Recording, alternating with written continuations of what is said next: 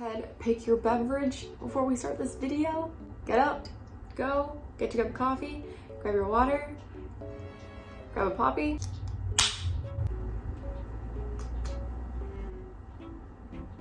Hey everyone, welcome back to my channel. Not really sure how I feel about the setup today. I kind of just felt like leaning against my little chair, propping some stuff up, you know, to show. I'm feeling this space out. This video is going to be all about popular, hyped up Booktok books. Are they worth the hype or not? I'm going to go quickly through them and let you know whether I think they're worth the hype or not.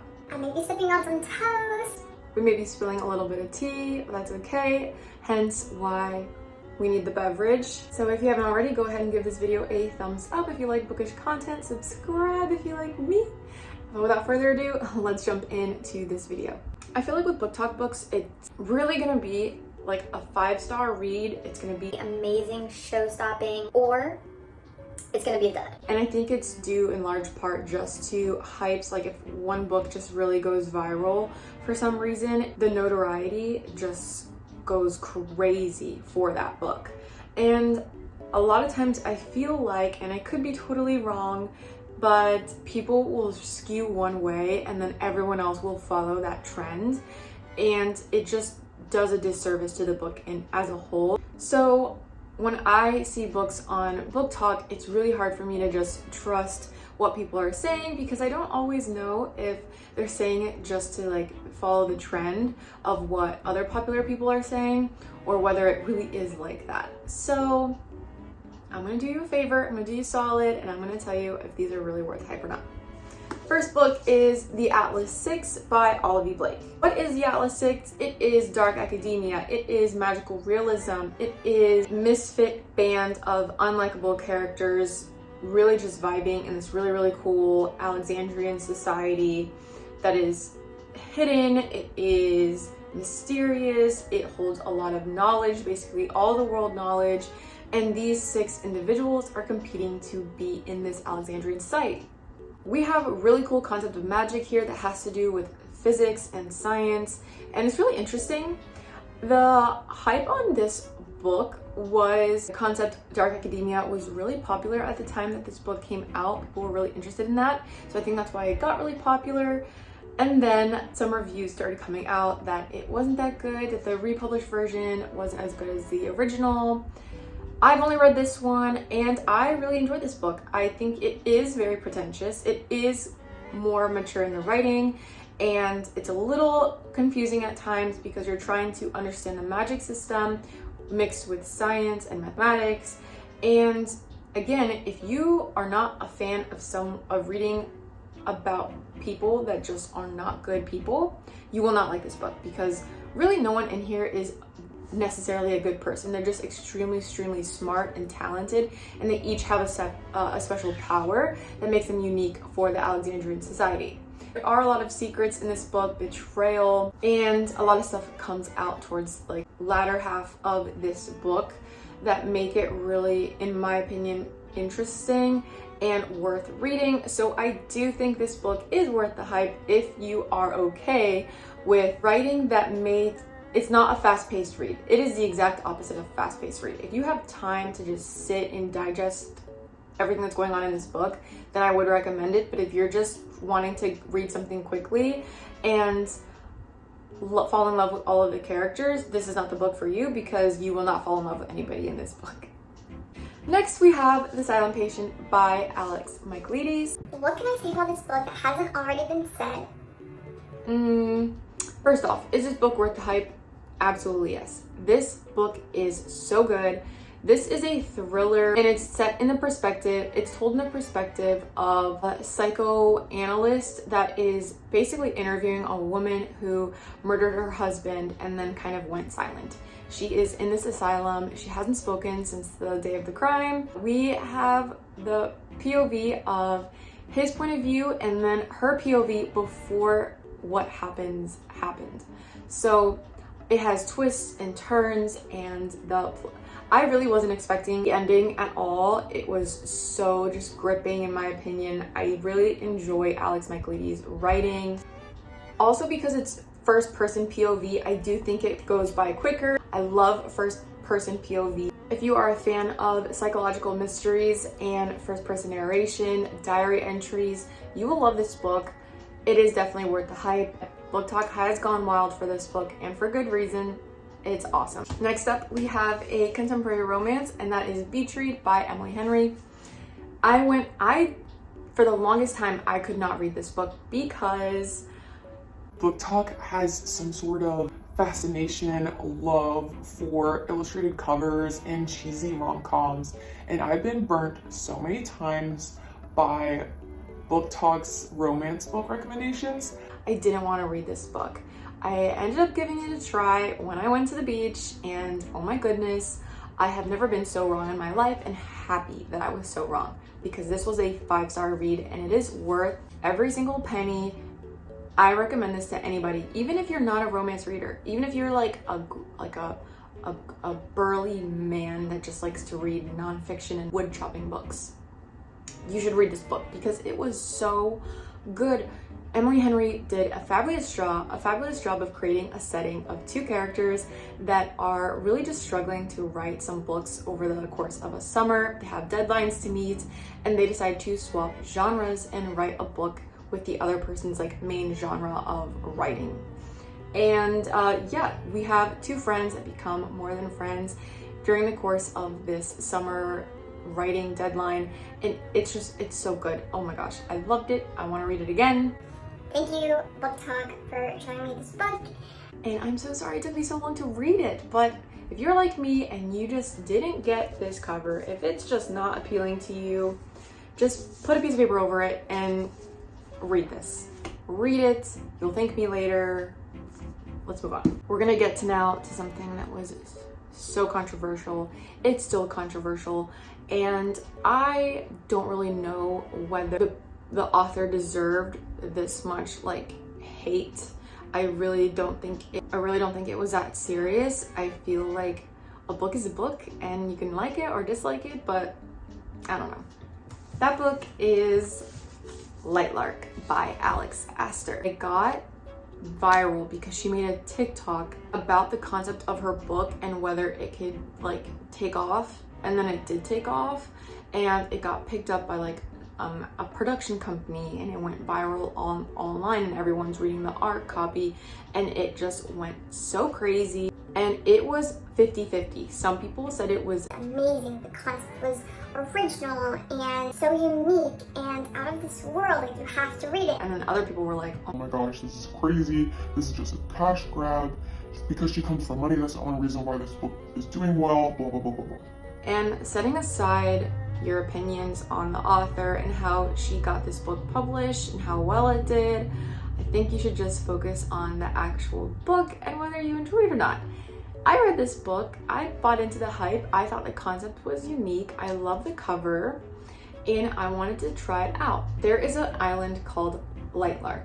Every 100 years we have a centennial deadly game thing that takes place where the rulers of 6 kingdoms basically have to try to break this curse that has been cast all over these realms. Like they each have their own little curse, and so if they can win the games, they can break the curse. It's pretty interesting in the way that the concept itself is really interesting. The curses, the powers that each realm has, and then the island obviously that appears every 100 years, and you go there and then you know, try and play this game. Where the book fell off for me was the writing. If someone else had written this book, if Stephanie Garber or Veronica Roth, one of those YA dystopian books authors, like if they wrote this book, I feel like they could have done a lot with it. The concept, I feel like Aster's writing is still pretty juvenile and new. Not to say she's a bad writer, it's just new. And so for this book, I feel like it required more mature writing in order to grip the audience it was trying to grip. People that are interested in books like the Shatter Me series and the Red Queen series and ACOTAR, right? We have a little bit more of like that new adult writing, whereas this was kind of juvenile. We have characters that their names correspond to where they're from, and it just seemed really cheesy and not thought out very much. Plot itself was fine. It was fun, and I will be reading the rest of this series. I do think there will be a book 2 at least.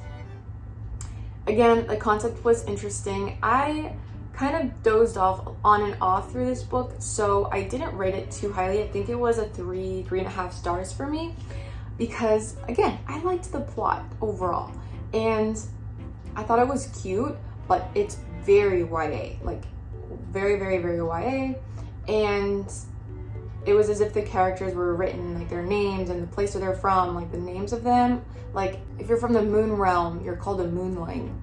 Like, I don't know, it's kind of like that, and it just seems it seemed like they didn't have enough time to come up with anything better, so they just put that in there. Not the worst, not the best, but I do think it's kind of worth the hype if you are a fan of YA, like really, really, really YA books, and you're okay with reading something that isn't the best writing, but you're for the plot, you're for the vibes, then this is worth trying out and seeing if you like it or not, because I do think that the concept is cool and worth reading about. Then we have Fourth Wing by Rebecc Yarros. This book has been all over Booktok in the last probably 2 months. Holy guacamole. I think it has to do, one, with the cover, because this is stunning. Like, wow, amazing.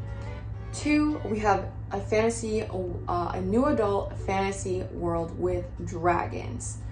It sounds unique, it sounds fun. We haven't read a book in a while with dragons, particularly a new adult fantasy romance. Like, come on, just bring it here. So I had a lot of high hopes. I was so excited. I ran as soon as this was released to get this. I read it, and it was entertaining. However, where the book fell flat for me was just the plot holes, and some things just didn't make sense as far as like the setting where things were taking place in this book. It just seemed like it didn't make sense for what the book was trying to accomplish and the world that they're living in. I think the author was trying to make it darker than it actually needed to be. I was not a fan of the plot line in that regard, like the setting and stuff. And the writing, like the dialogue, was also really cheesy sometimes. I found myself just going like this and some moments, like, why are we talking like this in this fantasy world? It was contemporary cheesy romance in a fantasy, like high stakes fantasy book where people are dying left and right, and I just it really bothered me. Was it worth the hype? Not as much as the hype that it's been given on Booktok. I'm gonna say no. Is it worth checking out? Yes, if you can get by the cheese and you're not like gonna nitpick the plot holes in this book, then go ahead and read it, because it is really nice to see the progression and character development between Violet and Xaden's relationship, as well as the relationship between Violet and her dragons, and the dragons in this world. I think that was really well done and fun, and the series will continue, so I'm hoping we get more dragon dialogues as the series progresses. The battle scene at the end, I guess the plot twist cliffhanger was really cool as well. So yes, it's worth reading, but I don't think it was worth the hype that it's been given on Booktok, because yeah, it's just, it wanted to be a high stakes fantasy book, but it ended up also being like 50% cringy rom-com, and I was not about it. Now we're gonna get to some books that I read on Kindle Unlimited. I've got 3 books for this, and one is The Ashes in the Star-Cursed King by Carissa Broadbent. This is book 2 in the Crowns of Nyaxia series. This is a vampire fantasy romance book. I'm mentioning book 2 because it was a new release, so I just read it. Do I think it was worth the hype? I do. I actually am not a big fan of Kindle Unlimited fantasy books. I have been burnt a lot, I feel like, just because they are 75-80% romance and then like 20% fantasy, and I wish it was the other way around. So for my personal preference, I don't really like them. However, The Ashes and the Star-Cursed King was really enjoyable for me because the world building was super cool. We have great character development and a kind of a twist in our romantic relationship from book 1 to book 2, where, without giving any spoilers, it's like we take steps back in order to go forward, and I really liked that. I thought it was fun. It made for a enjoyable read, and I liked the ending a lot. I think that Carissa Broadbent, while I didn't like her Daughter of No World series, this series was enjoyable. It was fun, and it kind of ticked all the boxes for what you want out of a fantasy romance. So is it worth the hype? Yes. Then we have The Final Offer by Lauren Asher. This is book 3 in the Dreamland Billionaire series. I have talked about this series a few times in my videos because I really hated book 1. Book 2 was like 5 stars for me. And then we get to book 3 and I'm like, okay, this is either gonna be a flop or it's gonna be a gem. And this book 3 was actually really, really good. It was worth the hype.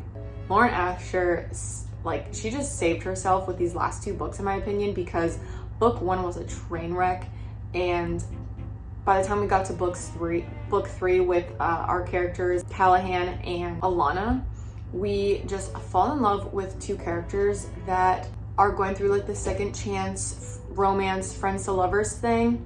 And it was so sweet. I love the town and the setting. I love the main characters. I love the character development.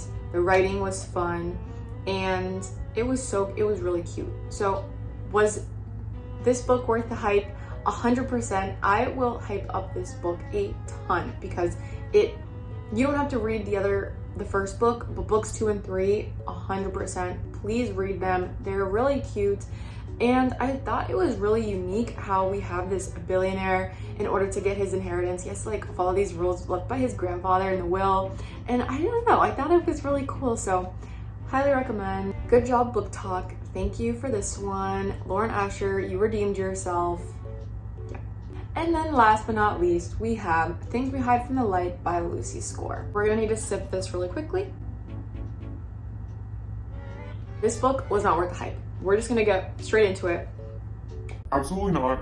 I read this book on a reading vlog. I will link it down below. And I thought the first book, Things We Never Got Over, was okay. It was fine, contemporary romance, cheesy, really, really long for no reason. But I could get past it because I thought the characters were cute and their love story was fine. It's just fun to see their progression. Then we get to book 2, and it stars other characters from this town with a new person that comes into town, and I could not understand their relationship at all. I felt zero chemistry between them. I didn't understand the miscommunication trope and the conflicts that kept arising. It made no sense to me. It was very cringy, and there were moments where I had to just skip scenes because I could not read what was on the page. Like, I physically was just almost gagging from how cringy and annoying. I found it so annoying, and I know that sounds so mean, and I'm so sorry, but I just couldn't get past it. A lot of people really like this book, and I wish I could like it as well, but I didn't get the hype. I don't really like the writing. It sounded very cheesy. It sounded very forced. The comedic moments in this book where they're trying to make jokes or have slang, like speak with like slang terms, I didn't get it. It was annoying. The best part about this book was a little dog, and the book cover is really pretty. That's about it for me. So was this book worth the hype? No, I don't recommend it. I don't really recommend Lucy Score. Personally, I just don't like her writing style. It's just too contemporary, too much like real world slang and like millennial Gen Z talk for me, and I just want pure escapism with like just a different type of writing style. So not for me, no thank you. But again, if you like this book, love that for you. I wish I could, but I just don't. But that is it. That is my list of super hyped Booktok books and whether I think they are worth the hype or not. I hope you found this video helpful and you're able to narrow down some picks if you were planning on reading any of these and you didn't know which ones were actually worth the hype or not. Now you know. So I hope you enjoyed it and thank you so much for watching. But until next time, I will see you in my next video. Bye!